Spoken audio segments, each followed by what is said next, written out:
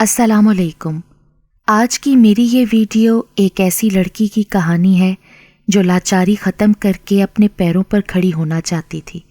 कहानी शुरू होने से पहले मेरे YouTube channel Urdu centre plus को सब्सक्राइब करके बेल नोटिफिकेशन को ऑन कर दें ताकि आपको मिलती रहें तमाम चैनल अपडेट्स। आप मेरी वीडियोस को ज़्यादा से ज़्यादा शेयर कर सकते हैं। अब आप मुझे ट्विटर, फेसबुक और इंस्टाग्राम पे भी फॉलो कर सकते हैं। अवाइल उम्री के दिन भी क्या दिन होते हैं, बेफिक्री ऐसी कि किसी चीज़ की कोई फिक्र नहीं होती और सोचने लगें तो सोचते चले जाएं। ये सोच भी होती है कि ये दिन इतनी जल्दी क्यों गुजर जाते हैं।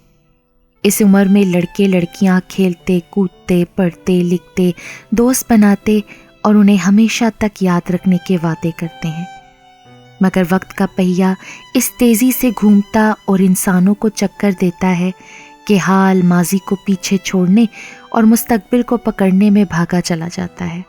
और जब हालात की समझ आने लगती है, कुछ बनकर बाहर निकलते हैं, अपना और अपने अतराफ़ का जायज़ा लेते हैं, तो पुलों के नीचे से ढेरों पानी गुजर चुका होता है और हम इंसान ज़िंदगी के बखेड़ों में उलझे अपने ताने बाने बुनते और दुरुस्त करने में लगे रहते हैं।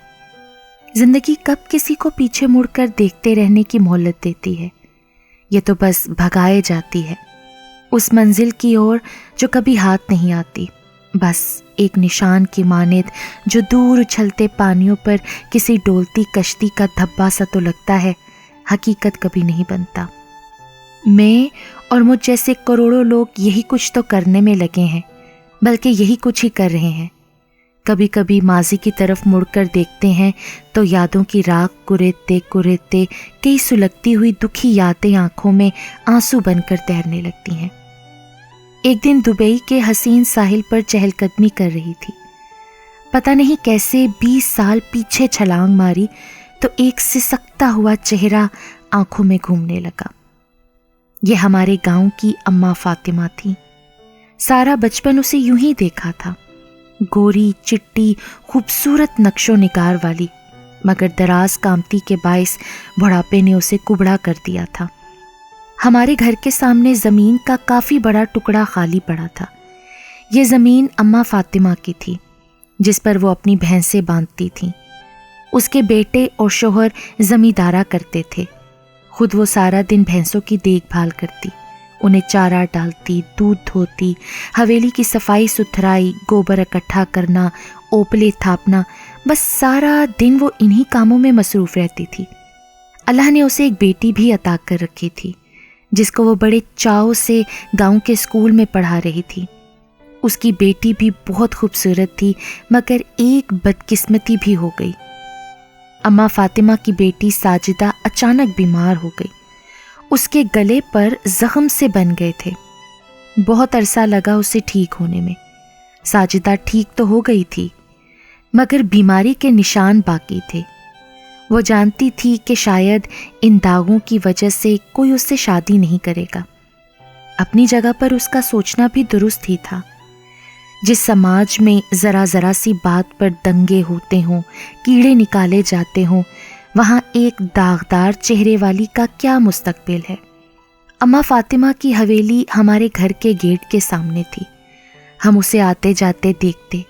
छत पर चढ़ जाते तो वो गोबर में खड़ी होती, ओपले थापती, दीवारें भरती रहती। एक बार मैंने उनसे पूछा, अम्मा फातिमा, इतनी मेहनत किसके लिए करती हो? वो बोली, बच्चों के लिए। बच्चों के लिए या सिर्फ साजिदा के लिए? अम्मा फातिमा की आंखें भर आईं। उन्होंने अपनी कुबड़ी कमर को बमुश्किल उठाया, मुझे गौर से देखा।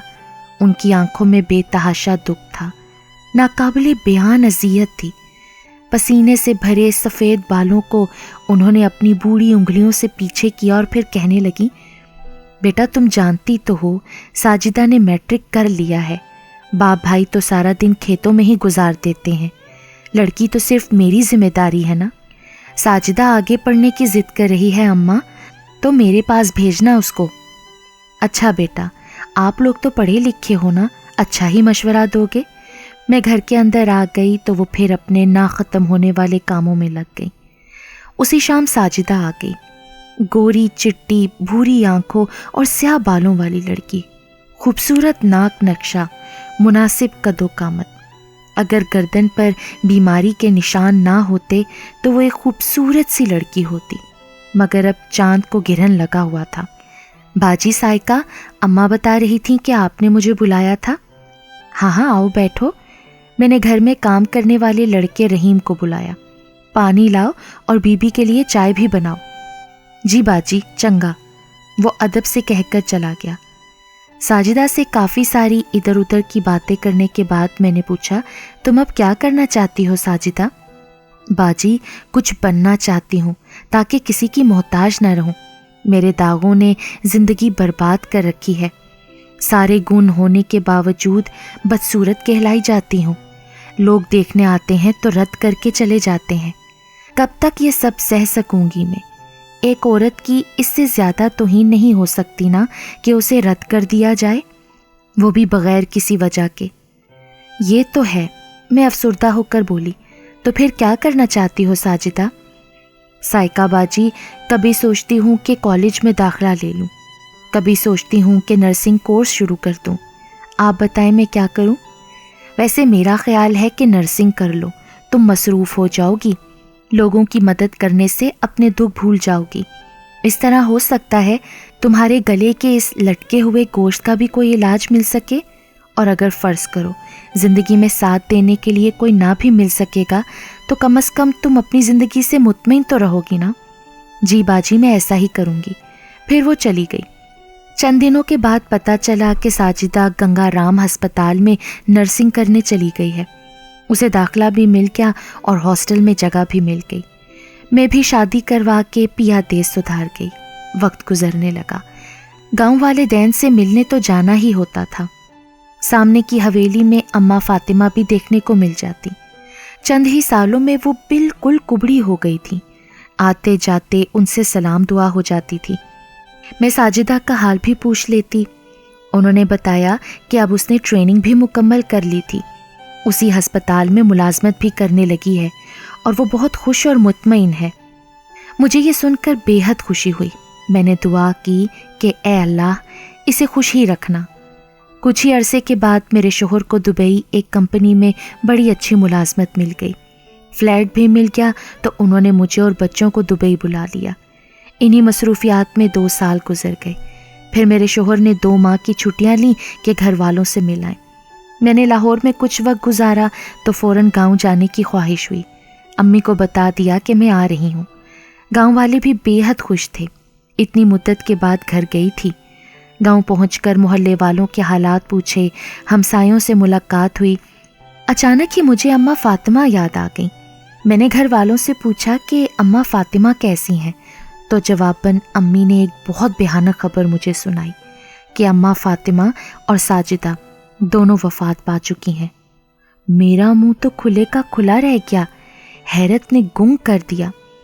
कितने ही सवाल जुबान पर मचलने लगे। कब, क्यों, कैसे, कहाँ अम्मी? मेरी अम्मी ने बताया कि जब मैं दुबई गई थी तब तक वो बिल्कुल ठीक थी। साजिदा अपनी नर्सिंग में मसरूफ़ थी। फिर अचानक एक दिन इल्म हुआ कि साजिदा अपने घर आई है और बाप भाइयों के साथ शदीद किस्म की लड़ाई हुई थी। मुद्दा ये था कि साजिदा को किसी डॉक्टर ने पसंद कर लिया था और वो उससे शादी करना चाहता था। साजिदा को और क्या चाहिए था? उसने ये मामला बाप भाइयों के सामने रखा तो वो तो साफ मुकर गए कि लड़का ज़ात बरादरी का नहीं, हम उससे रिश्ता नहीं जोड़ सकते। कुबड़ी माँ ने बहुत मिन्नत समाजत की कि पहले तो कोई रिश्ता मिलता नहीं था, अब अगर मिल गया है तो रद्द तो ना करो। मगर अचानक देहातीपन की जाहिलाना गैरत जाग उठी। उनका कहना था कि वो सिर्फ नर्सिंग करने गई थी, काम करने गई थी, वहाँ दिल लगाने की इसे कोई इजाज़त न थी। बाप ने सख्ती से पाबंदी लगा दी, तुम अब से लाहौर नहीं जाओगी। साजिदा बहुत रोई, तड़पी, मिन्नतें तरले की। उसे जाने की इजाज़त मिल गई, मगर किसी और अस्पताल में। यूँ ज़िंदगी फिर से चलने लगी, मगर अब ज़िंदगी लंगड़ा कर चल रही थी, दुख के रास्तों पर घसीटते हुए चल रही थी। ساجدہ اپنے ٹوٹے ہوئے دل کے ساتھ مصروف رہنے کی کوشش کرنے لگی۔ ڈاکٹر سے رابطہ بے شک ختم ہو گیا تھا، مگر دل سے تو وہ نہیں نکل سکا تھا۔ ساجدہ کو اپنی زندگی کا فیصلہ خود ہی کرنا تھا۔ وہ بالغ تھی، برسر روزگار تھی، زندگی اسے گزارنی تھی۔ اس نے ڈاکٹر خاور سے بات کی، یوں دونوں نے کورٹ میرج کر لی۔ کچھ عرصہ تو یہ بات چھپی رہی، مگر کب تک چھپی رہتی؟ بھائیوں کو پتہ چلا تو وہ کچھ عرصہ چپ رہے، مگر اندر ہی اندر پیچ و تاب کھاتے ہوئے سوچ رہے تھے کہ کیا کریں۔ گاؤں میں بات پھیل گئی تو بے عزت ہو جائیں گے۔ پھر انہوں نے چال چلی، وہی ایک مکرو سی دھوکے بازی۔ اپنی بہن کو بلایا کہ تم شادی شدہ ہو گئی ہو، اپنا حق لے جاؤ۔ بہن سب کچھ بھول کر پھر سے دھوکے میں آ گئی۔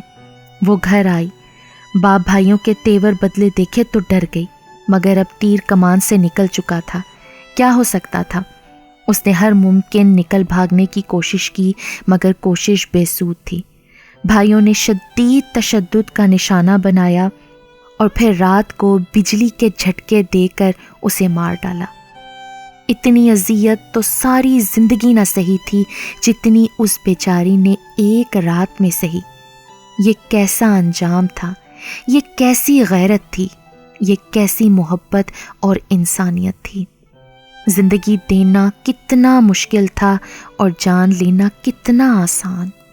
یہ کیسا قانون تھا کہ باپ بھائی خود انصاف دینے بیٹھ گئے۔ کیا عورت اتنی بے وقت چیز ہے؟ جو مرضی چاہے، جیسے مرضی سلوک کیا جائے۔ ساجدہ کا اتنا بھیانک انجام دیکھ کر بوڑھی، بیمار اور کبڑی ماں بھی وہیں گر کر اللہ کو پیاری ہو گئی۔ دوہری مصیبت تھی۔ محلے والوں کو بتایا گیا کہ ساجدہ نے خودکشی کر لی ہے، تو ماں اس کے غم میں مر گئی۔ اگلے دن دونوں کو جلدی جلدی دفنایا گیا۔ غسل دینے والی عورتوں نے دیکھا تھا کہ ساجدہ کے جسم پر بے انتہا تشدد کے نشانات تھے۔ بات گاؤں میں پھیلی تو ضرور، مگر باہر نہیں نکلی۔ ساجدہ کے شوہر ڈاکٹر صاحب کو بہت ڈرا دھمکا دیا گیا اور پھر اس کو خاموش رہنا پڑا، کیونکہ اسے بھی جان سے مار دینے کی دھمکی دی گئی تھی۔ پھر پولیس تک یہ بات جانے ہی نہیں دی گئی کہ کوئی کارروائی ہوتی۔ یہ دیدہ دلیری تو انہوں نے کر لی، غیرت کا بدلہ بھی لے لیا، مگر اب اس گھر میں الو بولتے ہیں، وحشت رقص کرتی ہے، موت دبے پاؤں پھرتی ہے، دیواروں میں نوحے بھرے ہیں، آہیں اور کراہیں ہیں۔ لوگ حتیٰ کہ ہمسائے بھی ان کے گھر نہیں جاتے۔ ایک عجیب سا سونا پن ہے وہاں۔ ساجدہ کا باپ بوڑھا اور بیمار ہے، اسے کوئی پوچھنے والا نہیں۔ دونوں بھائی سارا دن چھاتی چوڑی کر کے گھومتے اور لوگوں پر دہشت بٹھاتے ہیں۔ امی نے ان کی ساری داستان مجھے سنائی تو مجھے بے انتہا دکھ ہوا۔